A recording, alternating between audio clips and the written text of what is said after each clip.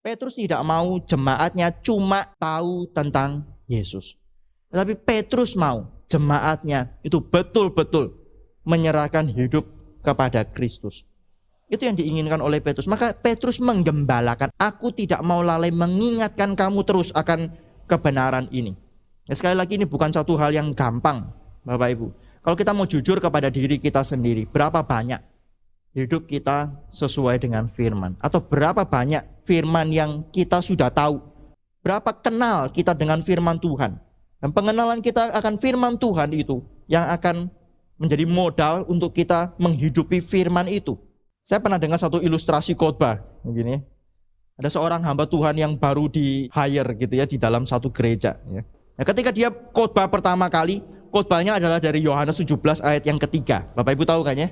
Inilah hidup yang kekal itu, yaitu bahwa mereka mengenal Engkau satu-satunya Allah yang benar dan mengenal Yesus Kristus yang telah Engkau utus. Dia khotbahkan itu ya. Sangat bagus. Sehingga jemaatnya itu bersyukur gitu ya. Wah, puji Tuhan ya. Kita dapat hamba Tuhan yang bagus kayak begini ya. Bisa khotbah menjelaskan ayat ini dengan sangat baik gitu ya. Khotbah pertama. Khotbah kedua minggu depannya hamba Tuhan ini khotbah lagi. Dia khotbah dari Yohanes 17 ayat yang ketiga. Dan tetap bagus. Ya. Jemaatnya merasa diberkati. Minggu ketiga dia khotbah lagi. Dia khotbah tetap sama dari Yohanes 17 ayat yang ketiga. Dan jemaat itu mulai berpikir, Yohanes 17 ayat 3 ini ternyata ayat yang penting. Kalau nggak penting nggak akan dikhotbahkan 3 kali kan ya.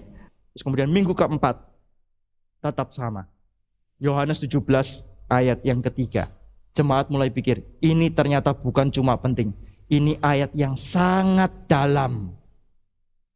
Kalau penting tapi nggak dalam kan nggak bisa dikhotbahkan berkali-kali kan ya. Ini sangat penting dan sangat dalam. Minggu kelima hamba Tuhan itu khotbah lagi dan dia khotbah dari ayat yang sama. Jemaat mulai bosan. Minggu keenam masih sama lagi. Jemaat mulai berdoa dalam hati. Berapa lama lagi ya Tuhan? Terus kemudian mereka bisik-bisik begitu ya. Ini mau sampai kapan Yohanes 17 ayat yang ketiga? Oke, kita lihat minggu depan ya. Kita lihat minggu depan. Terus kemudian minggu berikutnya minggu ke-7. Ternyata masih sama lagi Yohanes 17 ayat yang ketiga begitu ya. Sehingga jemaat itu kemudian mengatakan sudah cukup. Kita harus bicara dengan hamba Tuhan ini ya. Maka mereka nggak berani bicara langsung kan ya. Mereka lewat penatua ya, lewat majelis. Mereka bicara, ini sudah 7 minggu. Khotbahnya Yohanes 17 ayat 3. Jangan-jangan hamba Tuhan ini memang cuma tahu ayat itu. Ya, lihat ya, dari ayat ini penting gitu kan ya. Terus kemudian mereka mulai curiga, jangan-jangan ini hamba Tuhan cuma tahu Yohanes 17 ayat 3, nggak tahu yang lain, nggak bisa khotbah dari tempat yang lain gitu kan. Tolong bicara kepada hamba Tuhan itu. Minggu depan kami nggak mau dengar Yohanes 17 ayat 3 lagi.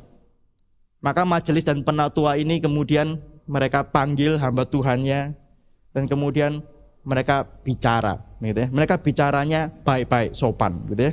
Ngomong kepada hamba Tuhan, Pak, kami bersyukur untuk pelayanan Bapak di tempat ini. Sudah 7 minggu kami mendengarkan khotbah-khotbah Bapak dan kami merasa diberkati.